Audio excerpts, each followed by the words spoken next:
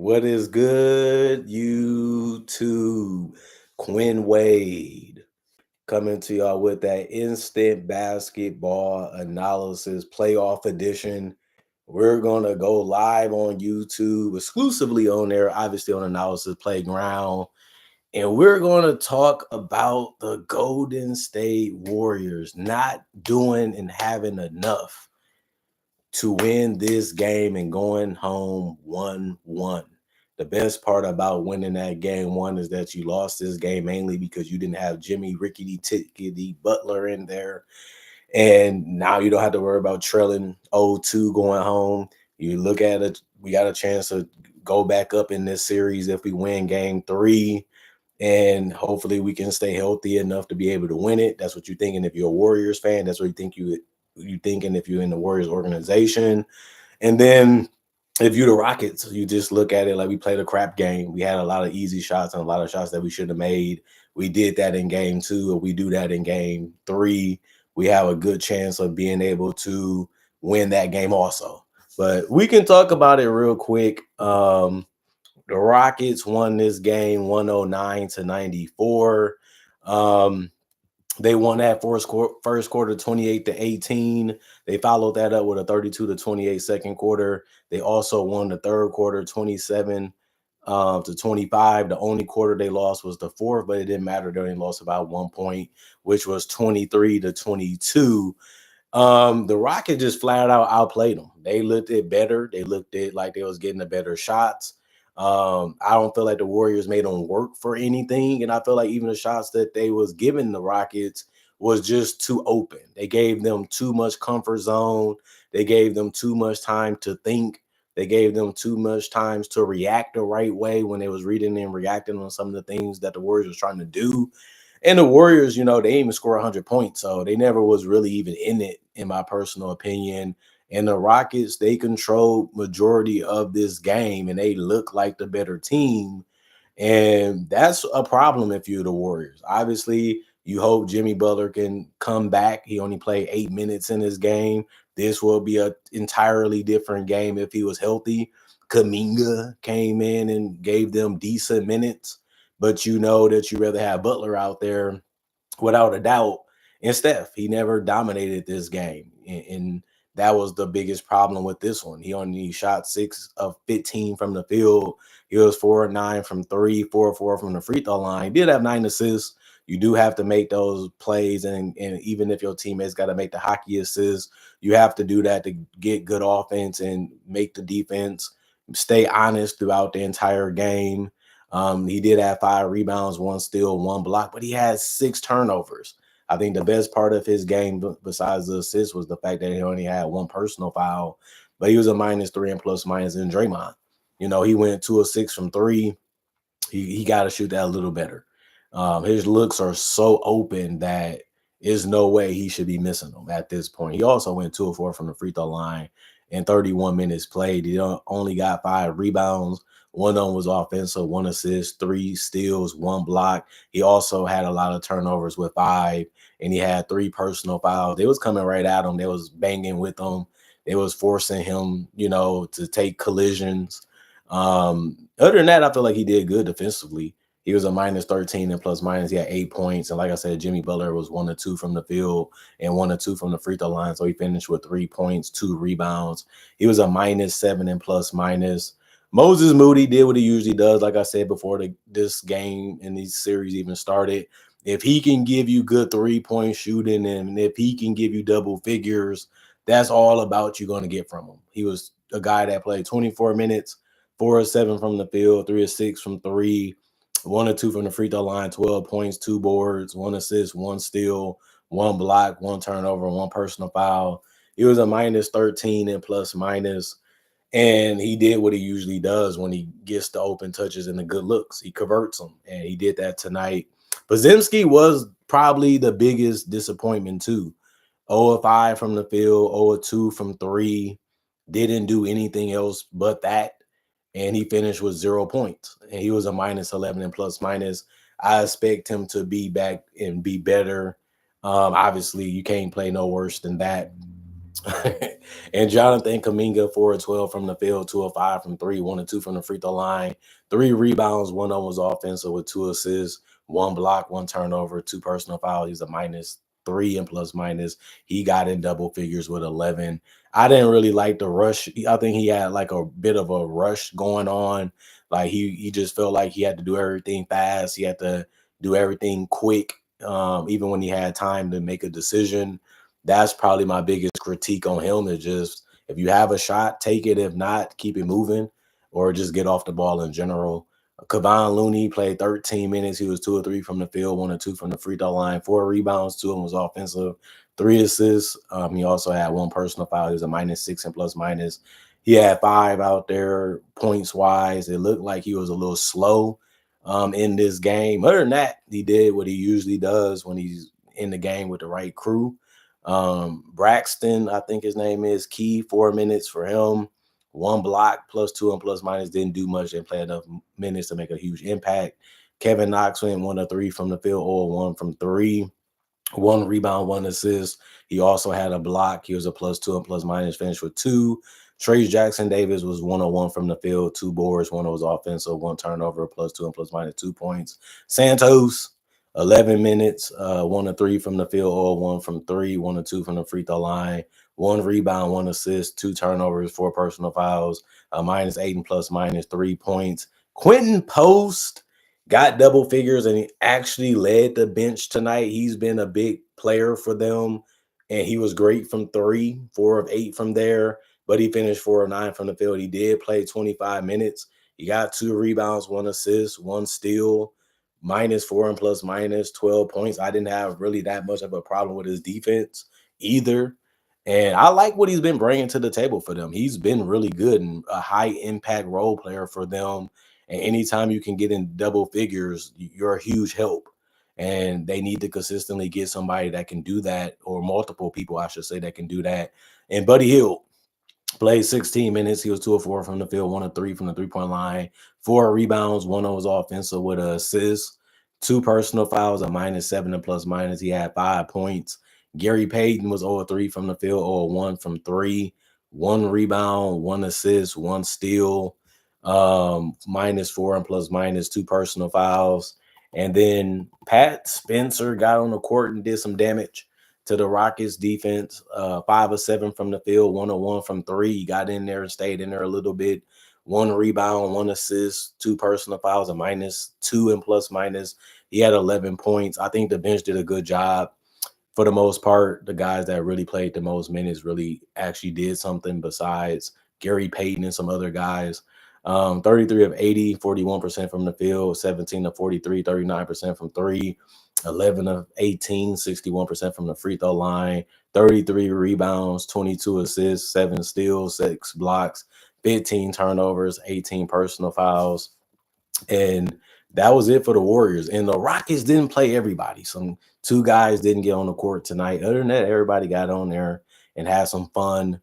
Amen Thompson, 23 minutes, 4 of 7 from the field, 0 of 1 from 3, 3 of 4 from the free throw line, 1 rebound, 3 assists, 3 personal fouls. He was a +15 and plus minus, 11 points. Like what he did on both ends of the court. He's one of their best players, and he proved that again today. And you love the fact that he's scoring and he's not taking shots that he doesn't really want, and he's not scared of getting to the basket. You got to still like that. Dylan Brooks was decent.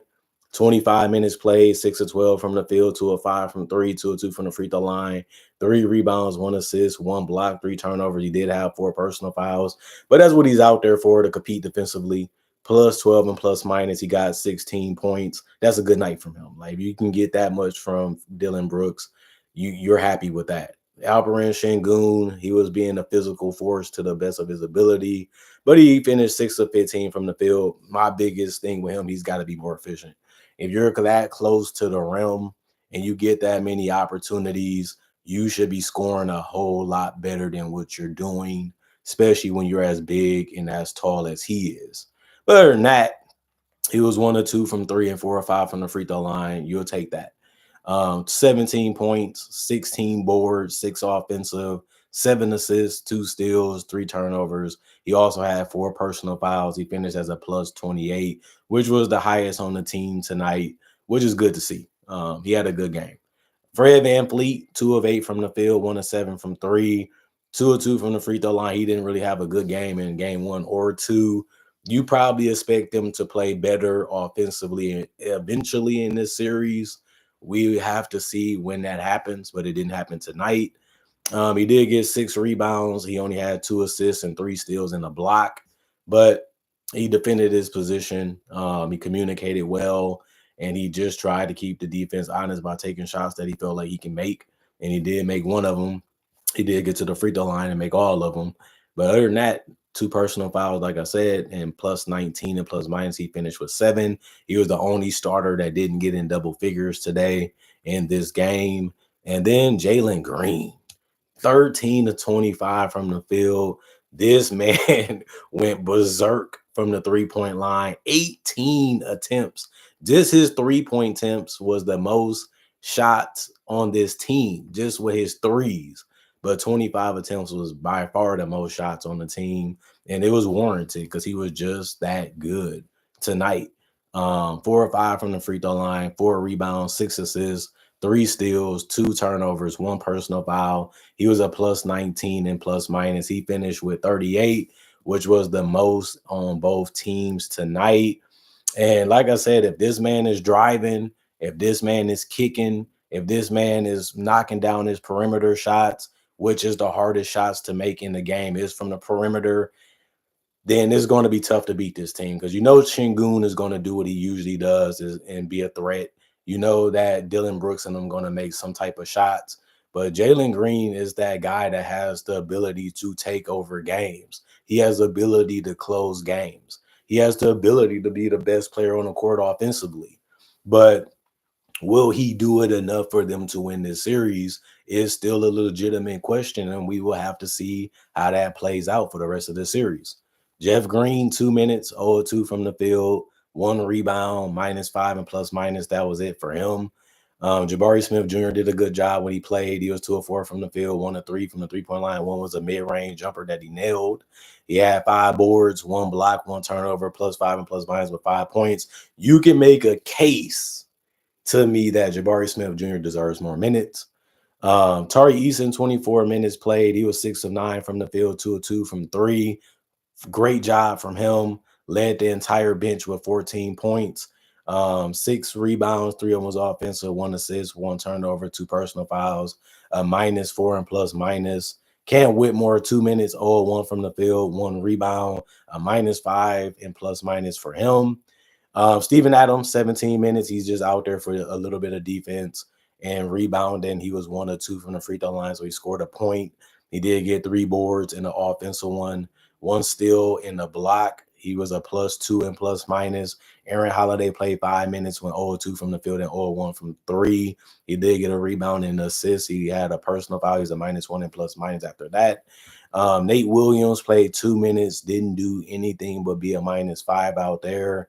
And you can say the same thing about Reed Shepherd. The biggest difference was he took a shot from 3, which he missed and forced it up anyway. So I wasn't surprised that it was off. But he was a -5 and plus minus with no points. Also, other than that, Jae'Sean Tate and Jock Landale didn't play. Coach's decision. 39 of 86, 45% from the field. 15 of 40, 37% from 3. 16 of 20, 80% from the free throw line. 11 offensive, 47 total. They won the rebound battle by 15. That just can't happen if you're trying to beat this team. They did lose the assist battle because they only had 21. They won the steals battle because they had 9. They lost the block battle because they only had 4. They had less turnovers than the Warriors with 10. And they also fouled a little bit less with 17. But other than that, a good game. We're going to see what happens in this series. These two teams are going to continue to collide. They're close, and they really have good veterans and good decision makers. We just going to see if the Rockets can score enough and make enough plays and enough shots to be able to upset the Warriors, because most people have been winning this series because they're veterans and they understand how to win and they know how to up their game and they know how to play in pivotal moments, which they have shown, already by winning game 1. But the Rockets, they're a young team. They're going to be the underdog. They know what they're capable of. They know what they can do. They just have to go out there and do it 4 times. Now they only got to do it 3 more times, and then they can win this series. The Rockets, to me, I wouldn't be surprised if they won. I think they're a good team. They got to prove themselves eventually. Why not do it against this team? You know what I mean? That's how you got to feel if you're a Rockets fan. That's how you got to feel if you're the Rockets organization. And that's how you're going to feel if you're the Rockets players. Why can't we win? Why shouldn't we win? We got here. We showed that we was better. We showed that we're one of the best teams in this conference.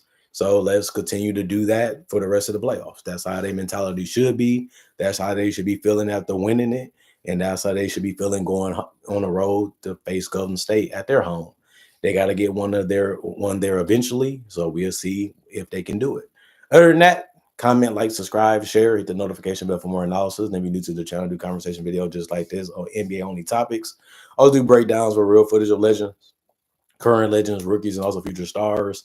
I also do mock draft and draft coverage in general. So if you love that type of stuff, I got over 3,000 plus videos already on my channel that you can watch. Plus, I make videos each and every day pretty much for the entire year. So you love basketball, you can't get enough, especially NBA, then this is the channel for you. Most of people will vouch for that know about it or watched it or seen it before. Other than that, hope you guys had a good day. Hope you guys stay blessed. And hope you guys continue to grind and be happy and find positivity in it and enjoy it to the best of your ability. Get your rest, have your fun at the same time. The weekend is almost upon us already, as quick as that can be. So just value each and every day and get the best out of it. And even if you have some people or some things that can ruin it, try to find a way to correct it by the end of the day by being happy and having joy in your life to the most of your ability and to the best of your ability. Other than that, I gotta say, check out my social medias. There's also on my channel. Also, check out my email if you don't want to message me on social media or in the comment section. And other than that, I will be going and be back tomorrow, hopefully with more analysis for you guys to enjoy. Thank y'all for watching. Thank y'all for appreciating the content for what it is. Continuing to stay subscribed, continuing to come back and supporting me in the past or also now and still to this day. All support was appreciated. And I want to know I love you guys for that. I love making content. I love talking about the game of basketball. And it's good to have people that want to see and watch it, even though I'm creating it on my own the way I want to. And that's why I always say I love the fact that you guys appreciate that and enjoy it for what it is. Other than that, I'm going for now. See you guys later. And let's see how the rest of these playoff series go tomorrow also. Peace out. Y'all stay blessed up, and I'll see you tomorrow, hopefully.